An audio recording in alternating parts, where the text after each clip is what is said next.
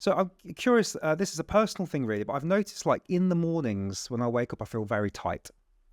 But when I come downstairs, I don't really feel like I want to stretch. Do you find like, is there a good and bad time to be doing yoga? Is it good to do it first thing when you're really tight, or should you let your body warm up a little bit, or is it more nuanced than that? Yeah, so I think there are a few parameters to that. Um, I think a lot of the times when people think stretching yoga, it involves an intensity and maybe for some people a pain, especially if they're not very limber, not very mobile. And so the thought of doing that right when you wake up is like, it's like for some people what they would think about going to run a mile when they go wake up. It's just not the first inclination because it's not that comfortable. So if you're feeling very tired in the morning, I would say yes, still start to open up the body, especially if you're going to have a breathing practice in the morning. The best thing to do is to open up the container. But this doesn't mean you have to get right away into a downward facing dog and have all the blood rush to your head and create a lot of heat. You can start on your back. You can take a strap, put your legs in the air, open up the legs. You can roll your head side to side. You can get into a figure four. There's a lot of gentleness that might benefit you first thing in the morning before having to go into something more rigorous. Also, I find right in the morning, if you do wake up and have a physical yoga practice, stretching practice, it does tend to help wake you or wake me up a bit. First thing I do in the morning is I let my dog out, I make my cup of hot, warm water, and then I get on the mat. And some mornings I'm very motivated and okay, gonna do that down dog, gonna do cat cow, gonna be in a lunge. And some mornings I lay right on my back and I let it be very slow unfolding. So yoga gets more complicated the more folds you add, just like origami. And if you're really tired, you want to make sure you're getting that first fold well so that all the other folds are clean and neat. So starting simple when you're tired to not overstress or fold in a way that actually creates more tension in the joints might actually be a nicer practice. So long-winded way to say yes, stretch, start slow. It doesn't have to be a big production. Love it. And I would love to get your take on this. What really creates flexibility in a person? Because I've heard all different things like static poses are best. And some people say, no, you should have a range of movement strength exercise where you're doing a lunge with weights, or, is it a Pilates based thing? So when it comes to opening up the container, which I love, by the way, and we can get into the details of that shortly, but what is the simplest form of saying, like, how do we open up? How do we create that range of movement, that flexibility at the most basic level? Hey, just pausing the podcast for 2 seconds to let you know about Breathwork in a Blink.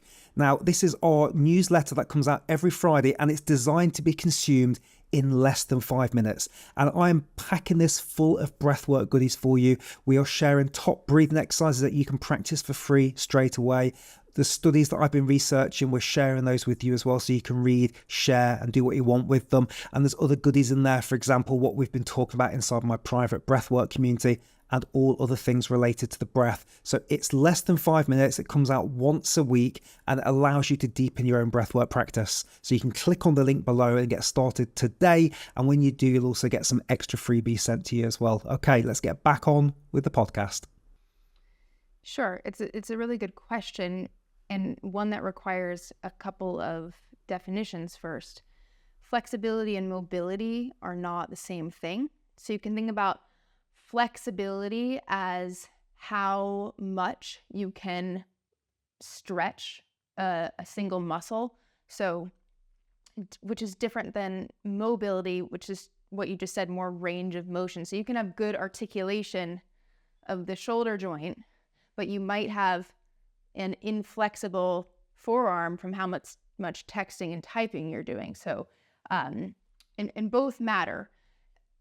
The caveat also being the yoga in the public eye really hones in on that flexibility, on that mobility. Strength is just as important. So I'll answer your question, how to work on gaining more flexibility and mobility, which is important. But we have to remember that the muscles want to be balanced. You can have a tight muscle that's weak. It's not going to serve you. You can have a strong muscle that's tight. You can have a really flexible muscle that's weak, right?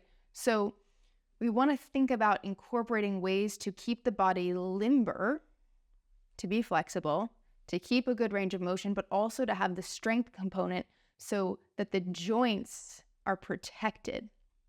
So in terms of gaining flexibility and range of motion, it's really just a matter of consistent practice. You don't have to go into the world's deepest stretch for 5 minutes 3 times a day. You could, pulse between a few poses, kind of milking open the muscles a bit. You could stay in the poses longer, but really it's just consistent day to day. And also very important, remember not to overdo it. So a huge thing I see, especially in young men, the combination of tight back, tight hamstrings. And so, they'll always say, oh, I can't touch my toes.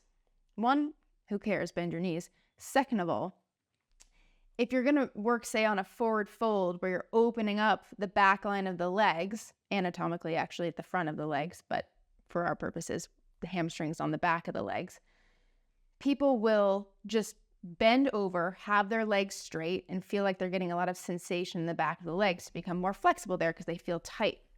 Yep. What ends up happening is they're actually stretching the ligaments and tendons at the kind of ends of the muscle instead of getting into the belly of the muscle where the real tightness or the lack of pliancy in the muscle is.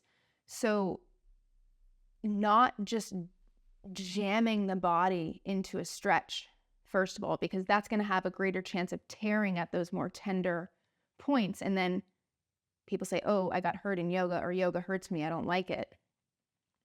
Well, let's take ourselves a few notches down and think about approaching it in a different way. So let's take that forward fold, in Sanskrit, Uttanasana.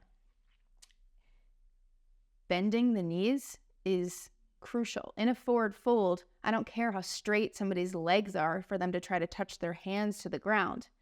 I'd rather have them, and this will, for those listening, involve some mental imagination here. When you fold over and your feet are hips width distance beneath the hips, beneath the knees, bend the knees forward towards the armpits. It's going to make you feel like you're in more of a squat, but then opening up the muscle instead of just jamming the knees back. Think about opening the muscle from 2 polarities. So shifting forward and then from the balls of the feet, lifting the buttock bones up, keeping contact between torso and thigh. And I realize this is a verbal medium we're working with, so it might be harder to understand. But the point I'm trying to make is just jamming a muscle into a stretch to think that you're increasing flexibility is one of the worst ways to increase flexibility, because you're increasing your chance of injury.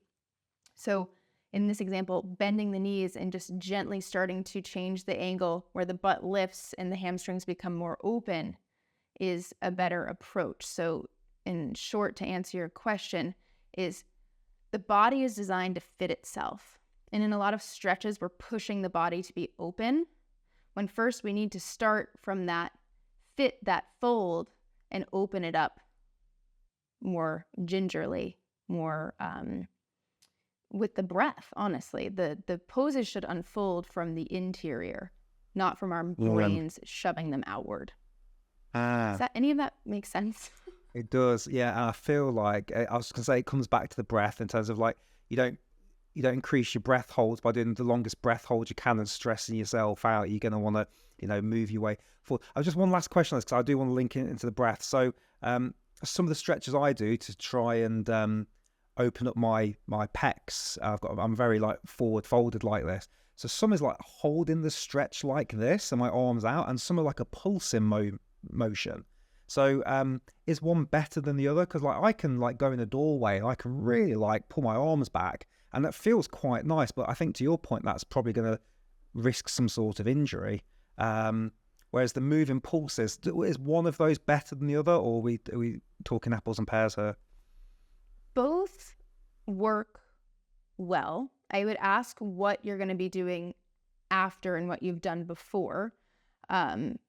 Because, holding a static stretch is going to be more relaxing if it's not overworked. And so, whereas, movement, pulsing might have a slightly more energizing effect. So, if you're down regulating before bed, maybe you don't want to be moving so much. If you're about to go on a run or about to go do jujitsu, practice jujitsu, maybe something to get the energy going. I want to offer a suggestion though. I would do one arm at a time, because are you right-handed or left-handed? Okay. So for people that are right hand dominant,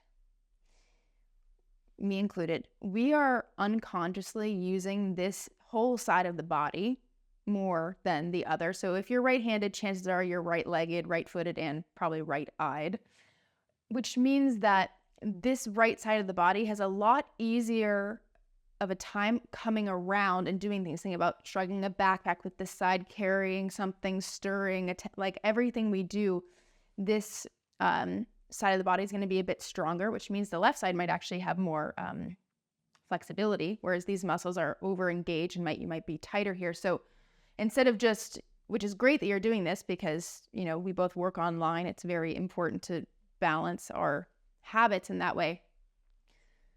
But you might be very surprised at how different these sides are. So less important to me is if you're pulsing or holding, and if you're overdoing one slightly more open muscle than the other.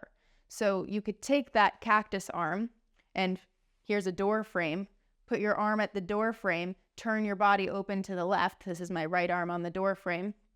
Take a few moments to breathe into that, breathe into where you feel it. Switch sides and notice which side feels more open, more tight, less tight, because it does no good to open them the same amount all the time if they're experiencing something different. And just that awareness then will play back into your daily life. Oh, okay, this side was a lot tighter. Maybe I'm going to carry my groceries home with my left hand. Maybe I'm going to brush my teeth tonight with my left hand. Maybe I'm going to pour the kettle with my left hand. So all these little habits stack up and inform the stretches we do, which is why I'm a big fan of unilateral work. Love it. Okay, that's great tips. Thank you. So let's link it to the breath, because I've taken a few yoga classes, not enough, but there's a lot of breath guidance that's going on in there. And I haven't done much yoga since I got into the breathwork world, but I do remember a lot of breathwork at the time. And I did some of the yoga stuff. What is the connection between the breath and the movement of the body, and in particular, opening up the body? How do those two things interplay? Because I'm assuming that the breath can open up the body, but also by changing things in the body, it's changing the breath. So I'd just love for you to give us a bit of a overview of what's going on there. Absolutely. So breathing can be thought about from a few different dimensions, and the Oxygen Advantage does a really good job of delineating these. So we have what you're referencing, the biomechanics or the biomotion in the body, how the muscles, joints, bones work together to create a framework that it can be helpful or unhelpful, depending on what you're trying to do. And then we have breathing biochemistry, more into oxygen, carbon dioxide, nitric oxide, gas exchange. And then we have the psychophysiological, emotional aspects of breathing.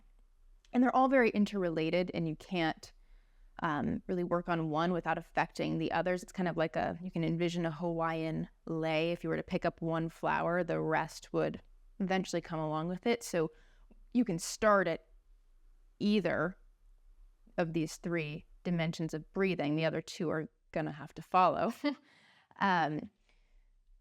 I really like picking up the biomechanic flower, so to speak, first. And this is because breathing, just like many other processes in the body, requires a coordination and tensegrity of muscles to change the shape of the torso. And so breathing being an autonomic function that we can do without thinking about it, but also control is really special in that way. The body is smart. It's incredibly intelligent. And a lot of the times it is our habitual day-to-day nature that gets in the way of what the body already knows how to do. So the body knows how to breathe. The body knows how to breathe deeply and recruit and balance the proper muscles to create efficient respiration. Now, when we think about how do we approach opening up the body to breathe better, but also how breathing can open up the body, we want to think about the key players involved. So, of course, we have the diaphragm, primary muscle of respiration, and this gorgeous structure. I think we see it a lot two-dimensionally, so we miss the real structure of this muscle. It is huge, as you know, and it's 360 degrees around the torso. And most of these muscle fibers are on the vertical axis. So it's not just this thing that simply moves down to pull air into the lungs like a vacuum, and it does do that, but it's the muscular structure is really unique in that a healthy breath is not simply linear, side to side, top to bottom, front to back. It's spherical. It's 360 degrees around, which is why I really can't stand any of these, oh no, it's lateral breathing, no, it's belly breathing, oh no, it's like, it's everything. Again, the body's intelligent and it's going to recruit things in a balanced way if we know how to balance the container. We're a sitting culture. Humans, hundreds of thousands of years old. Chairs, maybe 5,000 years old. The body is really still getting used to the fact that we're sitting on our butts all day, which for most people greatly diminishes the anterior chain. And so what happens when we have a culture that is collapsed in the front line of the body, mechanically breathing suffers. So there's no question in my mind about the correlation between the increasing usage of technology, especially in younger people, and rates of anxiety, depression, mixture of both. When we're not breathing properly, again, these three dimensions interplay. The mechanics aren't being recruited properly, the gas isn't being exchanged properly, the psychophysiological effects become more negative when you can't take a full spherical breath. Breath is shorter, breath is faster, mind is faster, our fuse is shorter. So, yes, we can use stretching, yoga, all of these different methods, Pilates, Tai Chi, to open up the container. But we have to ask ourselves, what are we doing the other 23 hours of the day that impact our breathing? Because it's wonderful that one goes to yoga after 8 hours of sitting, but then they go in their car and they sit down for dinner and then they sleep in their side curled up in the same position, just different orientation to gravity. And they're like, I go to yoga, why are my hip flexors so tight? Why is my breathing so shallow? Well, 1 hour of yoga isn't going to fix it. Stand up, walk around. It's not just these intentional movements of stretching that are going to improve the biomechanics of your breathing. It's how you're living your life day to day. Get a standing desk, take a break. Think about sleeping on your back once in a while without a pillow. Yeah. Any of that coming through the wires properly? Yeah, very good. That's interesting about the sleeping on the back then, because I always assumed that the back sleeping was more likely to create sleep apnea issues, but you've seen that there's some benefits to being a back sleeper. Yeah, so if you have sleep apnea and you snore, of course sleeping on your side is going to be a heck of a lot better for breathing. The way the airway is structured, it's going to create perhaps more turbulence if you're on your back. But so okay, two-pronged thought here. One is sleeping on the back is going to just naturally open up that front line of the body. So that's what I'm talking about, the benefit there. Just it's changing the habit. And if you're not somebody who snores or has sleep apnea, give it a try.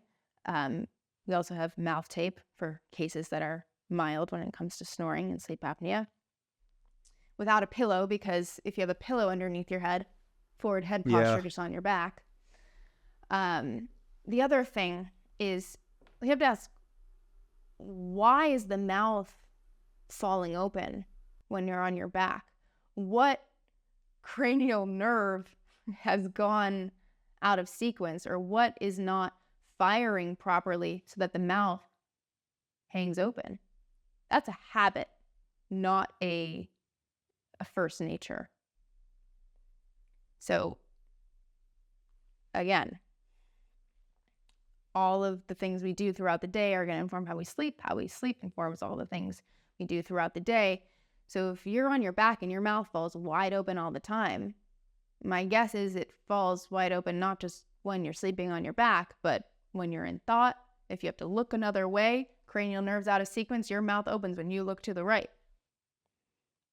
There are tests like that. If I say look to the left, some people will look to the left and their mouth will have to open for them to do that. Oh, wow. That's not just sleep apnea. That's the wiring of the brain not being so efficient. So practice all the time. Tongue fitting on the roof of the mouth, teeth separated, lips together. We never want the teeth touching because that's unnecessary electricity, trigeminal nerve firing way too much, giving not a lot of balance to the other cranial nerves. So it's complex.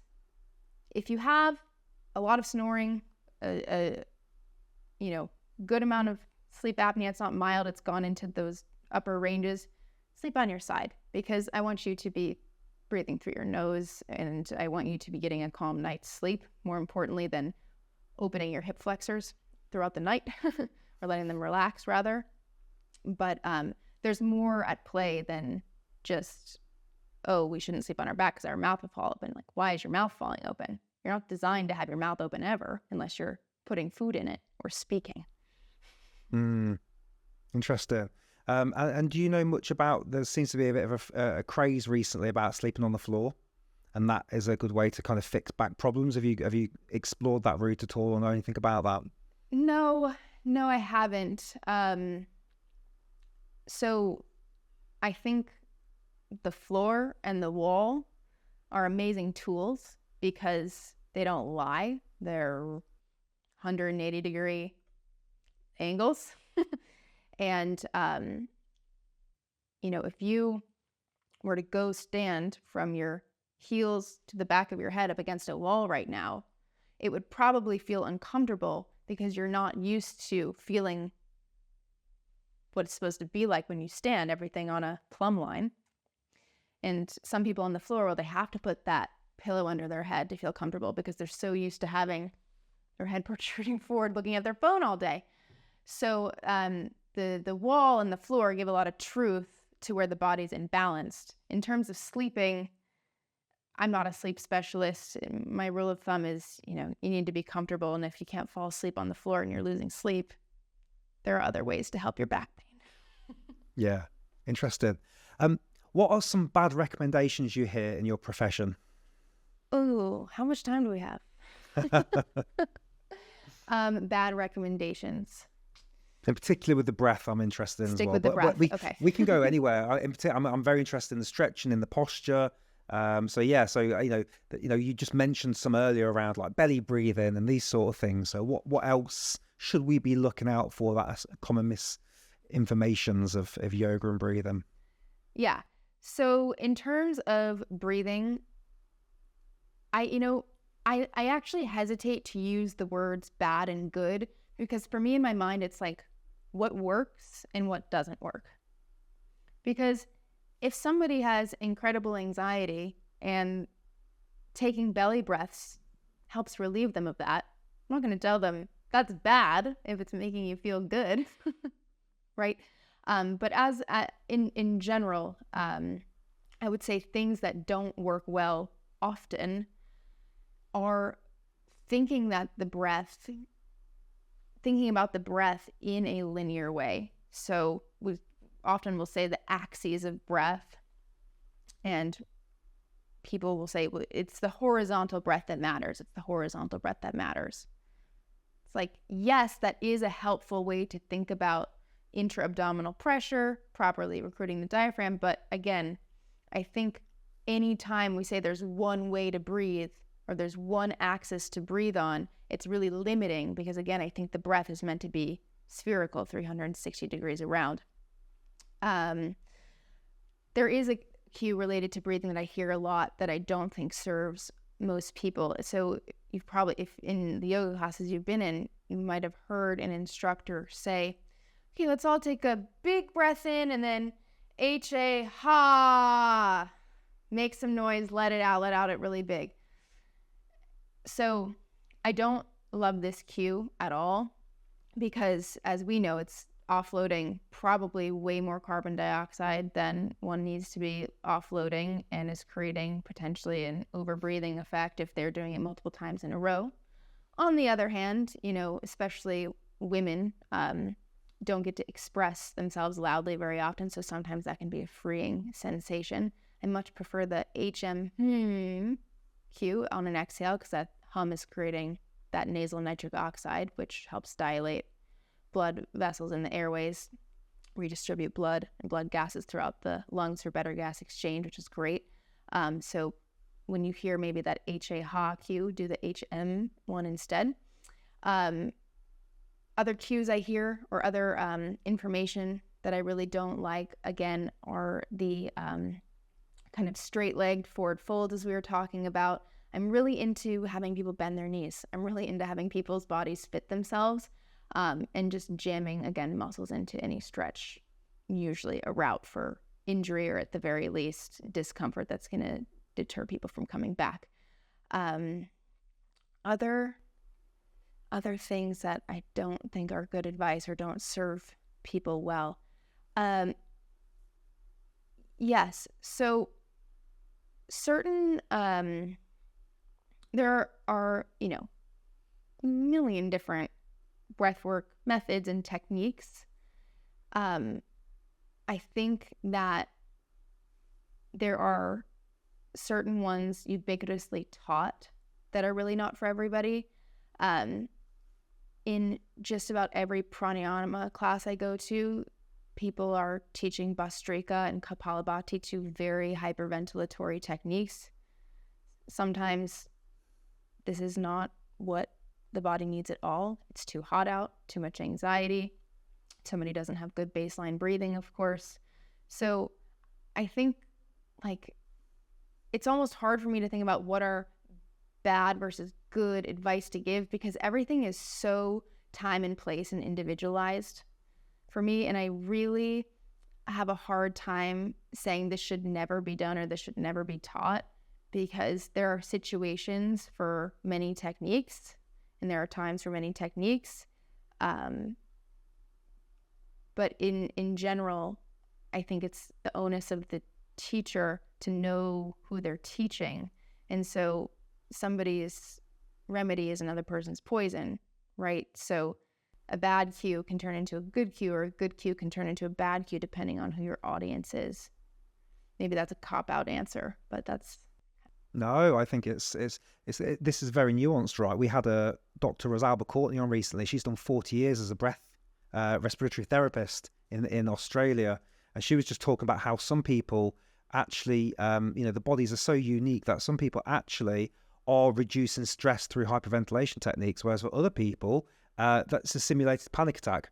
We've got all these different bodies and different baselines and stuff. So no, I love to get into the weeds on all this. And you just mentioned pranayamas. This has been quite an intimidating word for me as somebody that's been in the breath world for a while. I've never really delved in, and I do a bit of breath of fire and Kapalabhati and alternate nostrils and stuff, but that's about as deep as my knowledge would go on pranayama. And so I wonder if you could just give us a bit of a helicopter view of what is going on there, because it just seems like I need 5 years to go deep into this rabbit hole. So if you could just share with us a little bit, that'd be really helpful. Absolutely.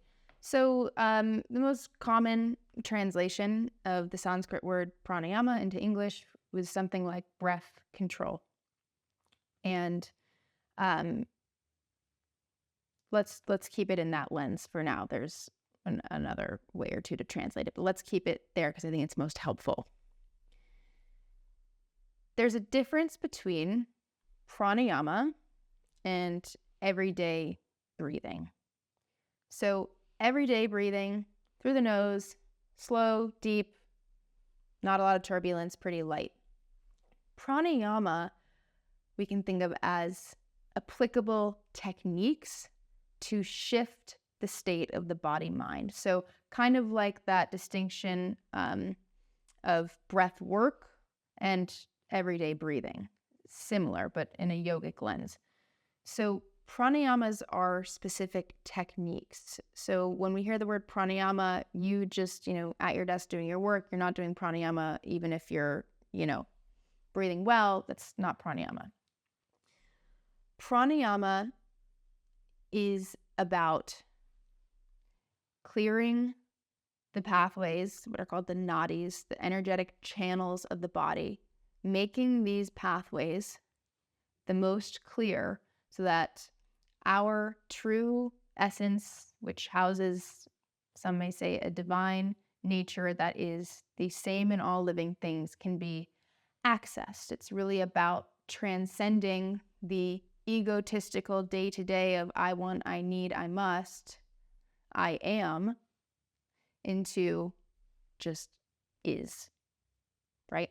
So the goal of pranayama isn't to clear the nasal passages, to feel more energy, to become cooler. Like those are the effects, but not the goal. The goal of pranayama is to reach a state of consciousness that really helps dissolve the ego enough to feel at one with the rest of the universe, to be just another stitch in the fabric. And that being said, because that's probably not what most people are feeling day to day when they do nadi shodhana, alternate nostril breathing, and that's fine, because the pranayamas do have effects that balance the body-mind in order to sort of make our way there, maybe eventually. So yoga is a tiered system in a way, and pranayama doesn't come along until well after you've established yogic principles, ethics of living, and yoga asana, the physical practice. So again, this goes back to why it's important to have a balanced, open, spacious, available container to make breathing more optimal and efficient, clearing those channels, becoming more balanced, not having to be so me egocentric, becomes more helpful when the container's balanced. So pranayamas are employed to balance the body mind. If it's, it's here today, it's 80 degrees Fahrenheit, it's very hot out, I'm not going to go do Kapalabhati or breath of fire because it's going to overheat my system. I'm going to do something like nadi shodhana or sitali pranayama, exhale through the nose, to balance the body mind. So pranayama and its overarching system of Ayurveda, the study of life, sort of the biology of yoga, is about creating a harmonious personal nature that is harmonious with your great nature, the world around you. So top contour pranayama are techniques to balance the body-mind, change the state of the body-mind to become more balanced internally and therefore balanced with the external in order to make your way towards a state of consciousness from this balanced place that allows you to transcend the plague of mortal living. Yeah, it all sounds fascinating, and I love all there's so many layers to yoga, and I have almost no idea. So I really would like to explore this more. Thank you for sharing that. That's really useful. Could you share a bit about your type of yoga? Because I've never heard of the term that you use. So if you could introduce us to what it is you teach and what it is and why you decided to go down that specific path. Yes. So yoga is a very loaded, big word, especially since the West has really co-opted the practice to involve leggings and heated rooms and merchandise you pay for. There's a lot of optics on what yoga is, but really there are many systems within the system of yoga. And a big style of yoga, it's called Hatha yoga, Hatha. And this kind of yoga houses the kind of yoga I practice. Hatha yoga is really about yoking the body and the mind to, some might say, via the breath, to, again, reach this state of balanced consciousness. The kind of yoga I teach is called Katonah yoga, Katonah, named after a very small town in New York, because that's where it was invented or developed in the past 50 years by a woman named Naveen Mishan. And you might have to fact check me, but I'm pretty sure it's the only lineage of yoga invented by a woman. So points for that. Katonah yoga is what's called a syncretic hatha practice. And you can think of that like layers of knowledge blended together to create a new unique recipe.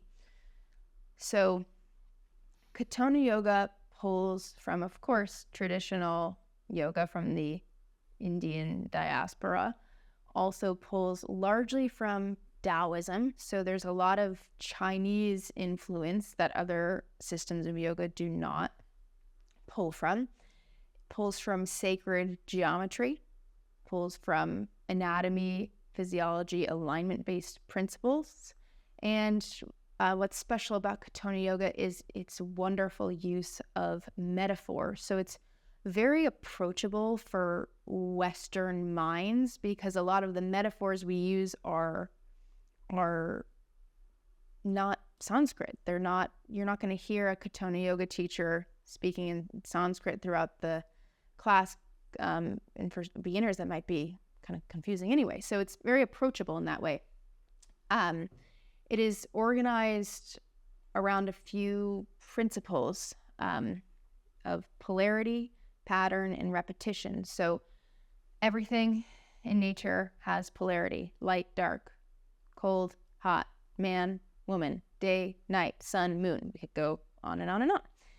And we have these polarities within us. So, I'm a woman, but I have masculine and I have feminine energy. I have a right and a left side of my body. I have a lunar and a solar side of my body, right? We can get as esoteric as you want with it. So recognizing that we exist in a world of polarity, it is the job of somebody seeking balance and better living to mediate the polarities. So I was saying earlier, well, you don't want to just stretch the back of your legs by jamming your knees back.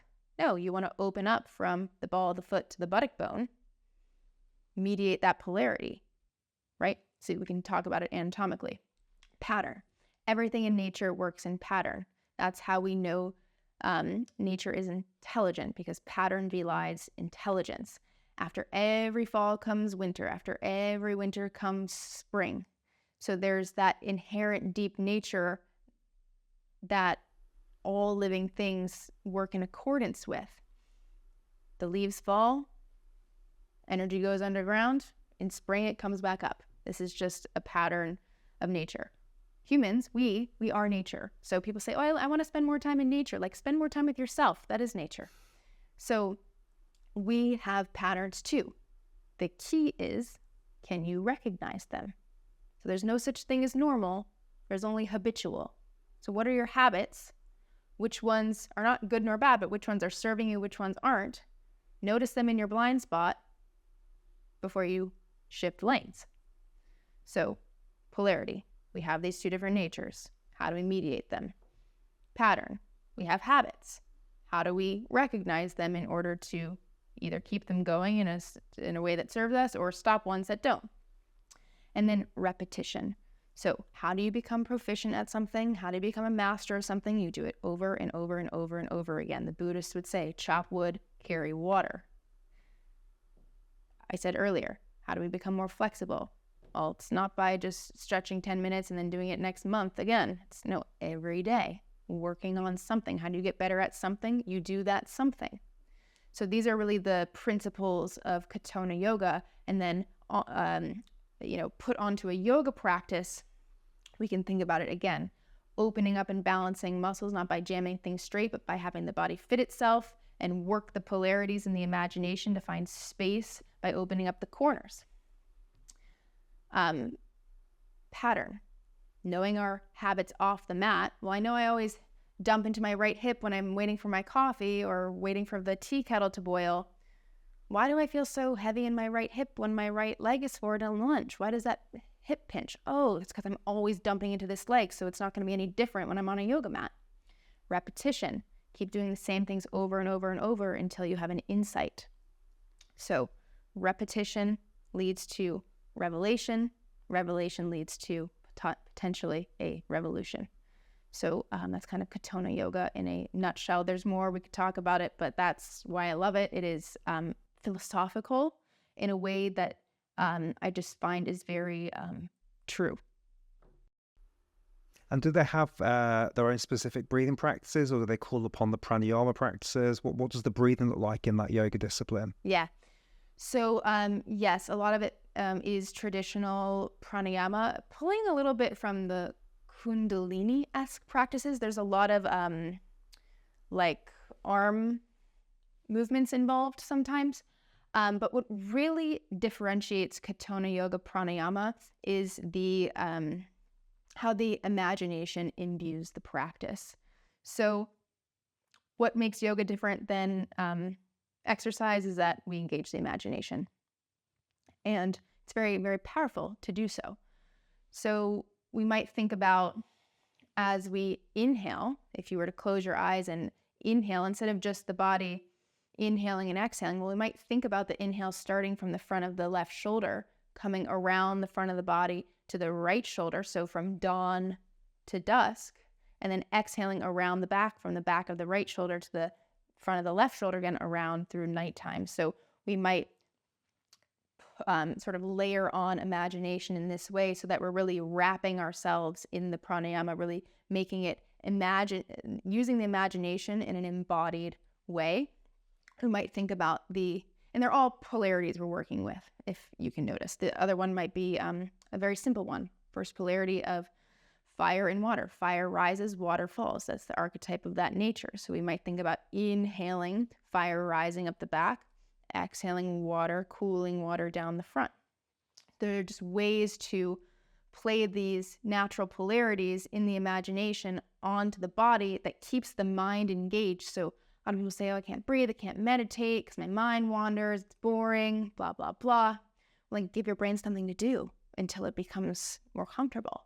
So we use a lot of that vision work behind the eyelids to sort of wrap ourselves in the practice, keep it stimulating, and also, again, mediate that polarity.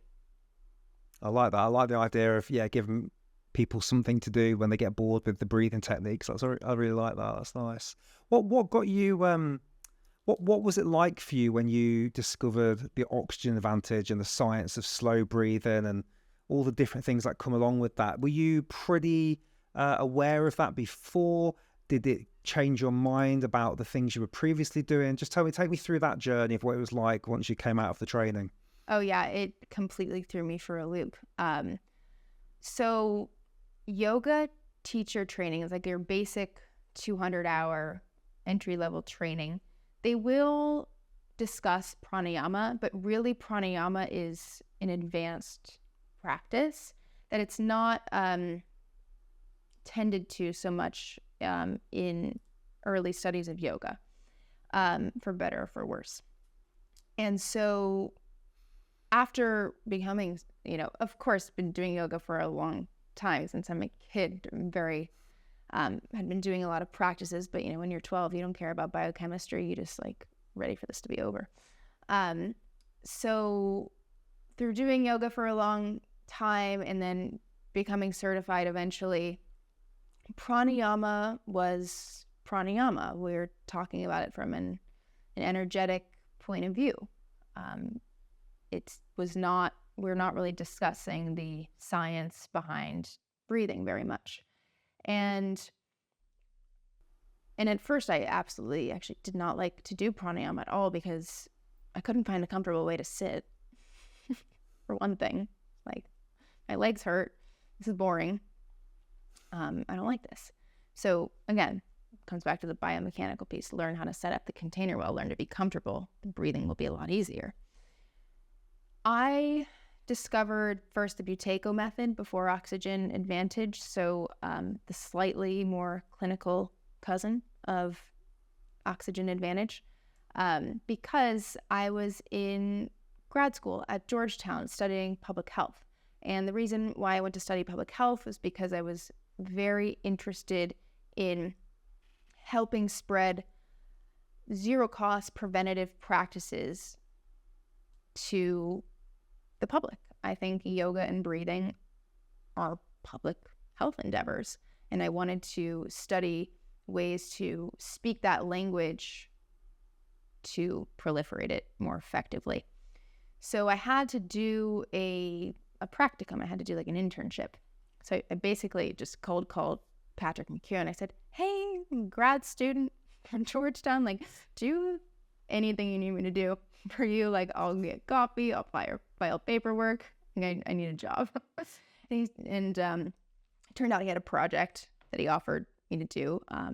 And so I started working on that. And then he said, oh, you should probably, become certified in all the things that we teach. So I dove headfirst into it and was just blown away that none of this is being discussed in yoga teacher trainings. I was like, I've been breathing intentionally for a long time now. Nobody's ever told me that I should be trying to breathe less. And it's actually, at the time, was my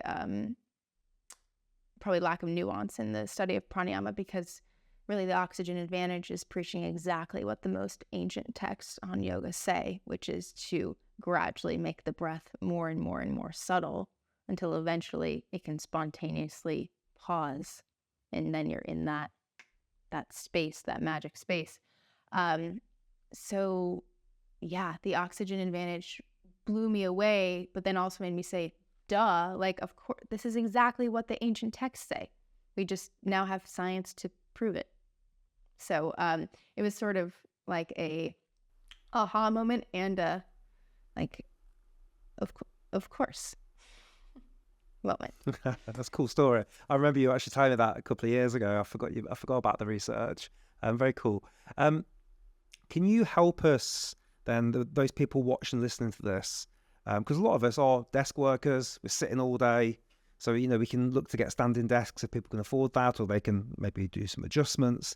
But what are some practical takeaway tips that we can get from you that we can start implementing in our lives like quite quickly, in relation to the breath, but also in relation to movement and opening up the container? Yes. So a few practical tools that I employ every day. I work at a desk. I'm a yoga teacher, but it's a business I run, so I'm at a desk a lot. Very, very simple thing. Stop using the back of the chair. It is like, why is this even invented? Sit at the edge of your chair. Put your feet underneath your knees. This is going to become a lot less comfortable when you don't have the back of the chair to rely on. So sitting at the edge of the chair is going to, so most people have what's called a posterior tilt of the pelvis, I would say. So moving the pubic bone and the pelvis in a slightly anterior direction by sitting at the edge of the chair can be a really nice thing. I'm a big fan of stools. Like, if you work on a stool, usually people are sitting a little bit better. That's one thing.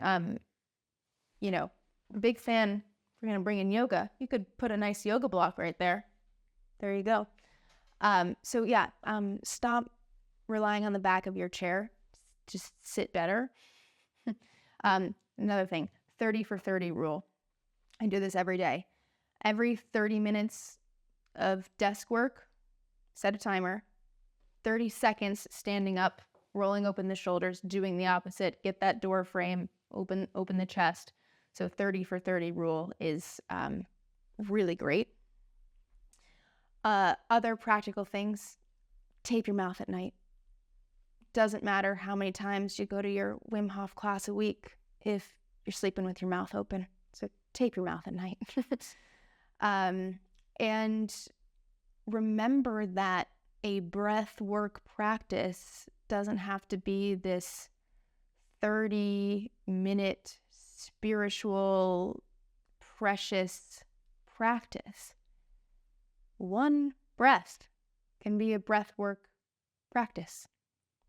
If you consciously breathe in for 4 seconds and out for 6, you've just done breath work. So I think, a lot of people make their practices so precious, their rituals so precious, that if they don't get to it, their whole day's ruined. They're thrown off. It's like, do you have 2 minutes? You can go outside and take 6 slow breaths, including the walk to and from. And you've just reset your nervous system. So never underestimate the actual amount of free time you have. People say, oh, I have no time. And then they're on here for 10 minutes sending reels to their friends. So, it doesn't have to be a lifestyle change head to toe. Now, eventually that will happen because, as I always say, yoga and Ayurveda, they'll ruin your life because then you never stop thinking about them. Breathwork will ruin your life because then you'll want to start doing everything in your life better, including breathing.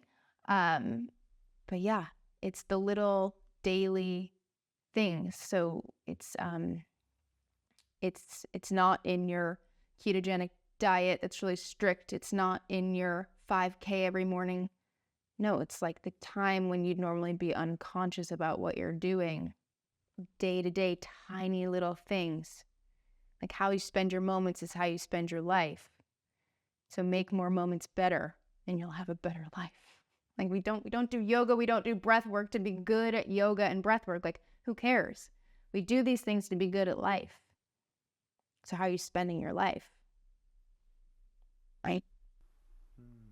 How would you recommend people to create those habits? Because all those things you say are wonderful and they make loads of sense. But what happens is we get into the tornado of the day.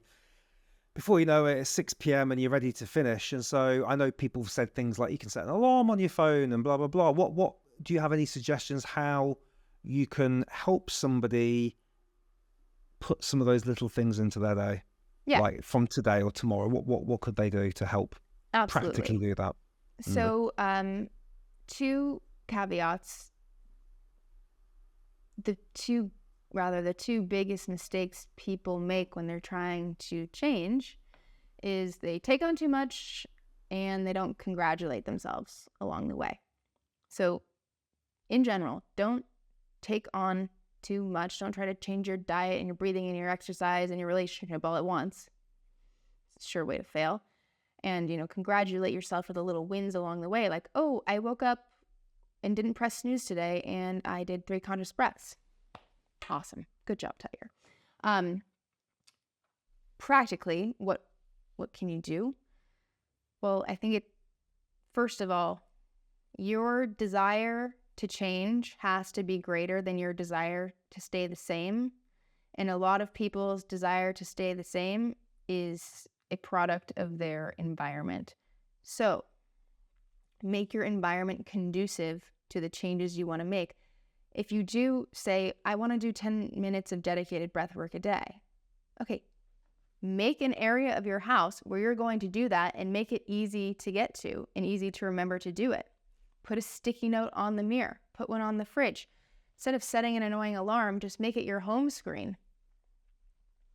Breathe for 10 minutes or whatever it needs to say. So your environment has to remind you to do it. It has to be conducive to help you want to change more than you want to stay the same. So any ways you can influence your environment to remind you of that, great. It's like the same thing people would say if you're trying to start a diet. Well, obviously don't put ice cream in the freezer. I am a big fan of practicing breathing during other activities, especially when time is a crunch. On my dog walk, when I'm folding laundry, on my morning commute. Anytime you're walking to or from a place, great time to practice breathwork.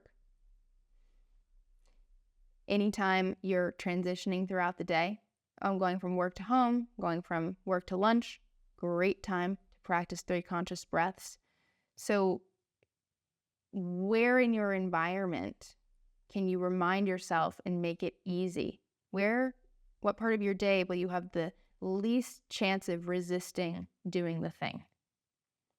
Now, I can't answer that for you, but whenever and wherever that is, that's when you do it. If you know you're going to go to the gym, well, take 5 minutes after you run on the treadmill or lift your weights to lay down on a mat and breathe slow. Like, piggyback the breath work onto something you're already doing, so it's not another thing you have to do. And if it is another dedicated thing you want to do, again, just make that space, make that environment, put that reminder there. There you go. Yeah, very cool. Yeah, that's the thing, isn't it? It's the wonderful thing about breath work is you can slot it into so many things that you're already doing. It just, you don't need to go. I always say you don't need to go up a mountain. You don't need to put on the yoga pants. You can do it almost anywhere, safely, obviously. Yes. Not near water. Please do not do breath work when you're operating a vehicle or in or near water. All that good stuff. Yeah, safety first. Tiger, how can people get in touch with you if they want to connect with you, if they want to work with you? Where's the best place we can send them? Yeah, I have an online yoga, breathing, and Ayurveda studio called Better Yoga, BETTER Yoga, betteryoga.net. You can find me there. I have lots of classes live and recorded to help you along your breath or yoga journey. You can follow me on Instagram at Tiger Inspire. I'm always posting little breath things there. And yeah, you can DM me. I'd love to hear from you, and would love to have you in class. Come on down. Perfect. So we'll put all those links down below. Is there anything we haven't covered that you wanted to cover? Because I know we've covered a few subjects there, but is any last kind of words or areas that you think we should share with people? Maybe we should just give people 2 minutes of breath work if they're already listening. Perfect. Yeah, if you're happy to, that'd be great. Yeah, let's do it. Sit well. Get off the back of that chair. Yeah. All right. Relax the face. Find the tongue on the roof of the mouth. Separate the teeth. Relax the shoulders and pacify the chest. You're welcome to close your eyes or not. Let's all take a nice smooth breath out through the nose together until you feel that belly just to start to activate a little bit. And then breathing in for a count of 4, 3, 2, 1. Out for 6, 5, 4, 3, 2, 1. In for 4, 3, 2, 1. Out for 6, 5, 4, 3, 2, 1. In for 4, 3, 2, 1. Out for 6, 5, 4, 3, 2, 1. Hold it empty. Let's bring in a little bit of that Katona breath. Take a breath in for 4. Let's hold at the top for 4. Let's exhale for 4. Hold empty for 4. Breathing in for 4, imagine spring rising up the front of the body, the wood element. Holding full for 4 is like summer ripening overhead, suspending above you. Exhale down the back line, fall leaves trailing down the back body. And then hold empty beneath you like winter's hibernation. Again, breathing in, spring rises, things coming into bloom, ideas working their way up. Holding full, let something ripen, let something come to fruition, summer overhead. Exhale, let something go down the back. Know when to let go, know when to transition. Fall descends. And then pause, empty beneath you, hibernating. Last time through, inhale up the front of the body, making it spherical, arcing up the front. Spring rising. Hold full, suspend above you. Something above the head, summer ripens. Exhale, let it arc behind you, fall leaves rolling down that sphere. Let something go. And then pause beneath you, hold steady. And then invite the breath back in naturally. Notice what 2 minutes of shifting the breath pattern can do.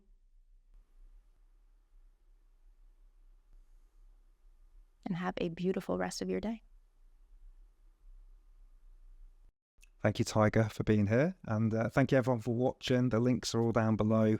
And connect with Tiger. And thank you for sharing your wisdom and experience with us. Thank you so much for having me, Mike. I'm flattered. Cool. Until next time. Cheers, everybody. Thanks. Thank you so much for sticking all the way through to the end of that podcast. You are truly a breath fan, and I appreciate you, and I wanted to say a huge thank you. I would like you to consider one thing that you took away from this podcast, and the best thing you can do is make a note on the comments or in a tweet or something like that, because we want to commit to the learning and avoid podcasts just being like Netflix, where we just binge loads of stuff and nothing really changes. So what's one thing that you can take away and put in the comments so other people can also learn and, get information and get inspired by your learnings as well. So consider doing that, because it's really powerful to do so. We're going to do a breathing exercise in a second, but before we do, I just wanted to talk to you a little bit about if you want to consider working on the breathing. We've got loads of ways to do that. We've got one-on-one coaching, we've got a private community, we've got video courses, and so there's a few links down below. If you feel like this is your time to make a change, you know that the breath is powerful, but you're not quite sure what to do or how to do it, and you're looking for that support. I've been in this game now for nearly a decade. I've studied, I've researched 100 plus breathing experts, and I work one-on-one with clients. I have a community of people that are in there as well. So consider clicking on some of the links and let's have a conversation. Maybe we can do some one-on-one coaching. I offer some packages there. If you're a good fit, we can talk about that, or we can do a video course. Either way, in short, you can go a lot deeper on your breath than just a YouTube video or a podcast. Because what we've got to do with breathing, we've got to feel it. We've got to find the right breathing exercises for our body. And we also need the accountability and the consistency, because doing anything once isn't going to make a change. One set of press-ups, one set of squats, we're not going to turn into the Terminator, unfortunately. But when we have the consistency and the practice and the clarity and the support, then that's when the magic happens. So a few links down below. If you are on the fence about working with us, then just come and have a Zoom conversation. Let's see if it's for you or not, and we can take it from there. All right, let us get ready now for our breathing exercise. So just feel free to close the eyes and give the shoulders a little roll. Just start to notice the breath. Start to soften the breath. And we'll begin the breathing exercise in a few seconds. Thank you so much for being here. Welcome to Take a Deep Breath. Today's breathing exercise is 4-7-8 breathwork, an incredibly simple and effective breathing technique to help you relax during the day or fall fast asleep at night. This technique involves an inhale through the nose for 4 seconds, then a gentle hold for 7 seconds, and an exhale through the mouth or the nose for 8 seconds. I'm going to guide you with breath sounds and relaxing music, so sit back, relax, and let's begin. Inhale. Hold.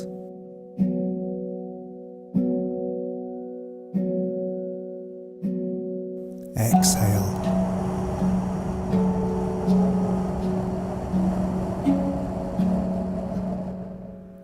Inhale. Hold.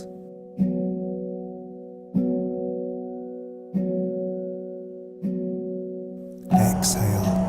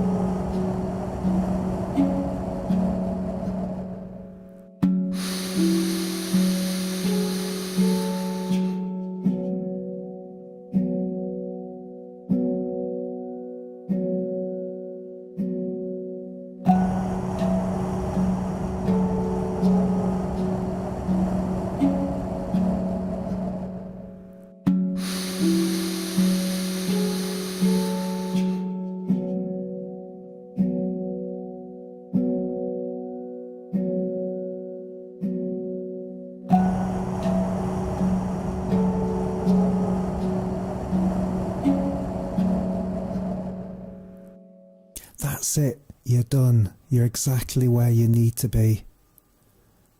This exercise is most powerful when practiced daily. So set a reminder in your phone or your calendar and come back to us and we'll see you again.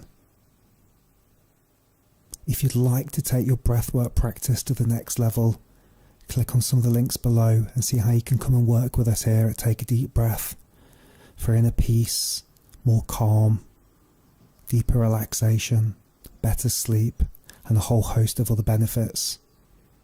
The magic truly happens once we find a bespoke breath plan for you. We look forward to meeting you in a one-on-one or through email. Thanks so much.